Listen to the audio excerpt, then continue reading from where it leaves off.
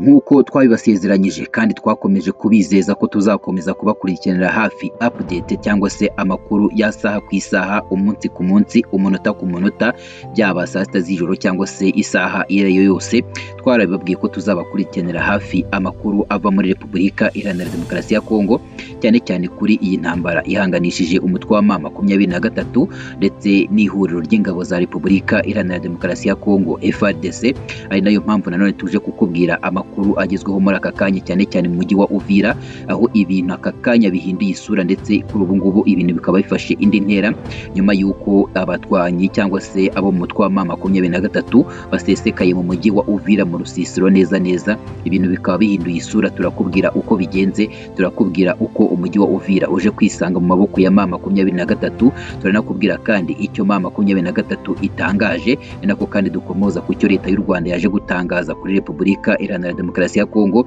Byose nibyo tugiye kukubwira muri aya makuru, ndetse tukubwira ngo nawe utarakanda subscribe, manuka aho hepfo gatoya ukore kuri subscribe, amakuru yacu agisohoka uzajya uba uwa mbere mu kuyabona, cyangwa se uzajya uhita ubona notification ko M24 cyangwa se M247 TV isohoye amakuru y'ako kanya, cyangwa se hari amakuru asohotse ako kanya. Reka nanone twanzikire ku mirwano ikomeye yahanganishije ihuriro ry'ingabo za Repubulika Iharanira Demokarasi ya Kongo zifatanyije n'ingabo z'u Burundi, Wazalendo ndetse na FDLR, yaje kurangira abarwanyi ba M23 bamaze kwinjira mu mujyi wa Uvira kuri ubu ngubu. Kandi tuvugana abarwanyi ba M23 bakaba bari mu rusisiro neza nyuma yo gufata Kiriba. Iyi ngiyi yari mu ntera ntoya cyane mu birometero 10 uvuye mu mujyi wa Uvira. Habahise hakurikiraho kuba bakwinjira mu mujyi wa Uvira kuri ubu ngubu, kandi waje kuba isibaniro ndetse abantu bose bakaba bakangaranye nyuma y'uko abarwanyi ba M23 bageze muri uyu mujyi wa Uvira, nk'uko bari babisezeranyije ko iminsi mikuru izajya kugera. Uyu mujyi wa Uvira uri mu maboko ya M23. Rero twakubwira ko kuri ubu ngubu kandi nta kintu gisa nkaho gisigaye, kuko abarwanyi ba M23 kuri ubu ngubu basesekaye mu mujyi wa Uvira, aho inyeshyamba cyangwa se abari basanzwe rwose barwana ku ruhande rwa FARDC cyangwa se ku ngabo za Repubulika Iharanira Demokarasi ya Kongo, kuri ubu ngubu bose bakwiye imishwaro, bamwe banyanyagiye abandi birukanse, ndetse bamwe bagiye bata ibikoresho cyangwa se imbunda zabo. Kuri ubu ngubu M23 ikaba yarangije gusesekara mu mujyi wa Uvira. Ku mugoroba cyangwa se mu ijoro ryo kuri uyu wa 9 Ukuboza 2025 nibwo ibintu byaje guhindura isura mu mujyi wa Uvira uherereye mu ntara ya Kivu y'Amajyepfo. Nyuma y'uko abarwanyi ba M23 bageze muri uyu mujyi, ibintu bigahita bihinduka ako kanya nk'uko bari babisezeranyije ko bazagera muri uyu mujyi kandi bidatinze. Ndetse uyu mujyi wa Uvira uturanye n'umujyi wa Bujumbura, nk'uko imijyi yombi kuri ubu ngubu twavuga ko iyegeranye, cyangwa se kuri ubu ngubu yose ikora ku kiyaga cya Tanganyika, cyangwa se unyuze mu nzira yo mu kirere. Twakubwira ko ari ibirometero birirwa kuri 22 gusa kugira ngo ugere mu mujyi wa Bujumbura. Ndetse kuri ubu ngubu bikaba bikomeje kuba ikibazo cyane cyane ku gihugu cy'u Burundi cyaje kuba cyishora muri iyi ntambara, aho bose basigaye bareba ikigiye gukurikira nyuma y'uko izi mpande zombi zibashe kuba zikubitirwa ahareba Inzega, ndetse umutwe wa M23 ukaba ushoboye kuba wakwigarura uyu mujyi wa Uvira wari umaze iminsi uhanganiyemo, cyangwa se buri ruhande rwose rushaka kuba rwawigarurira. Ariko bikaba bisa nkaho birangiye umutwe wa M23 ushoboye kuba wafata uyu mujyi ufatwa nk'uwa kabiri ukomeye mu ntara ya Kivu y'Amajyepfo.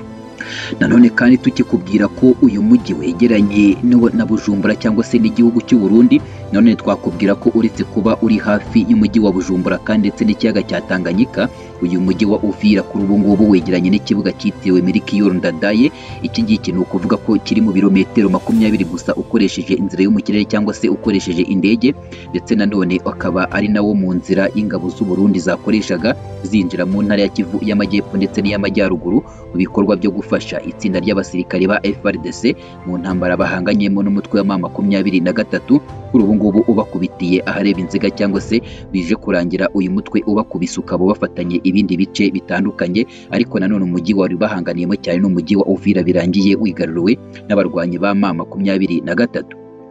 Umwe mu bantu kandi bari muri uyu mujyi wa Uvira ku mugoroba wo kuri uyu wa 9 Ukuboza 2025 yaje guhamiriza ko abantu yaje kubona abarwanyi ba M23 binjira muri uyu mujyi, bivuze ko winjiye mu maboko y'uyu mutwe ndetse bidasubirwaho. Bakaba barangije kuba bafata uyu mujyi, ndetse nk'uko bitangazwa n'aba batangabuhamya batandukanye. Nanone kandi undi munyamakuru yaje kuvuga ko ingabo z'u Burundi zahungiye iwabo ndetse izanze kuva ku izima zikaza kuba zirahagwa, ndetse kuri ubu ngubu ngo erega ubundi intambara bayitsindiye muri Ruvungi cyane cyane aho M23 yaje kuba ikubita mu buryo bukomeye cyane abari bari ku ntuza bari cyangwa se abasirikare b'u Burundi bari kuri iyi ntambara bahanganyemo na M23 muri iyi ntambara, ndetse kuri ubu ngubu bakaba bari ku muvuduko wo hejuru aho bije kurangira bafashe n'umujyi wa Uvira muri rusange. M23 kandi yari yabanje gufata agace ka Kiriba kari mu birometero 30 kugira ngo ugere mu mujyi wa Uvira, ndetse ahagana saa 9:15 nibwo ingabo za FARDC ndetse n'iz'u Burundi zatangiye guhunga ku bwinshi zimaze kumva ko M23 igeze mu birometero bike cyane isatira umujyi wa Uvira, nibwo bamwe batangiye kuba bakuramo akabo karenge, mu gihe nanone abandi batangiye kuba bahungisha ibikoresho bitandukanye mu rwego rwo kugira ngo umutwe wa M23 cyangwa se abarwanyi bawo batabasha kuba bafata ibi bice cyangwa se batabasha kuba bafata ibice, ariko ngo babifatane n'ibitwaro cyangwa se n'ibindi bikoresho by'ingabo za Repubulika Iharanira Demokarasi ya Kongo. Amakuru kandi aravuga ko ingabo z'u Burundi nyinshi zari mu mujyi wa Uvira zahise zigenda, mu gihe kandi nanone hari abandi bahise bahasiga ubuzima mu gihe abandi bahise batangira guhungira mu Burundi.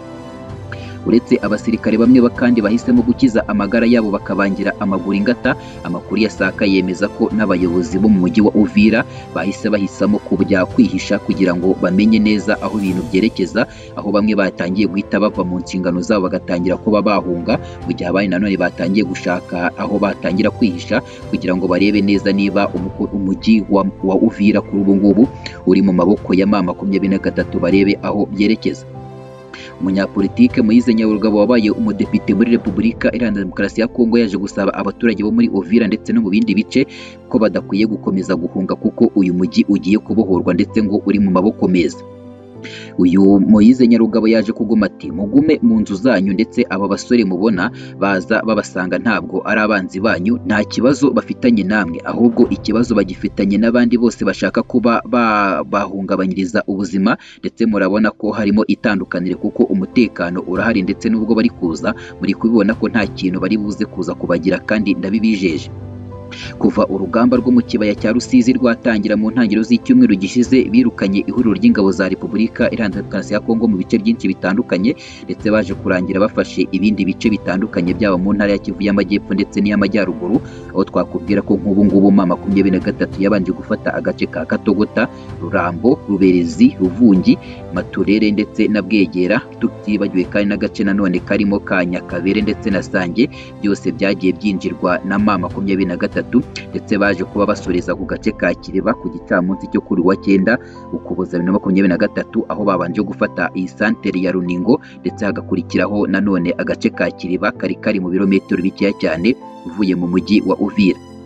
Kuva M23 yafata uyu mujyi kandi igikuba cyaracitse, ndetse mu basirikare ba FARDC cyangwa se mu ngabo za Repubulika Iharanira Demokarasi ya Kongo bahise batangira gucika igikuba, ari nako kandi M23 igifata Kiriba kuko humvikanye urusaku rw'amasasu bivugwa ko yarashwe n'abarwanyi b'ihuriro ry'imitwe ya Wazalendo, ariko nabo bakaba baje gukuramo akabo karenge, ndetse kuri ubu ngubu bikaba birangiye umutwe wa M23 ari wo ugenzura ibi bice bitandukanye, ndetse umujyi wa Uvira ingabo za Repubulika Iharanira Demokarasi ya Kongo zarwanaga kugira ngo udafatwa na M23 rije kurangira uyu mujyi ufashwe na M23, ndetse benshi bari kwibaza uko bigiye kugenda, cyane cyane nanone kandi bikaba ibyago ku Burundi kuko kuri ubu ngubu noneho byakorohera M23 kugaba ibitero bitandukanye mu Burundi, ari nako tuzakomeza gukurikirana amakuru hafi, ari nako tukubwira ngo nawe utarakanda subscribe yikandeho, ibiganiro byacu bigisohoka ubu wa mbere mu kubibona. Tunagushimira we warangije gukora subscribe kuri M24/7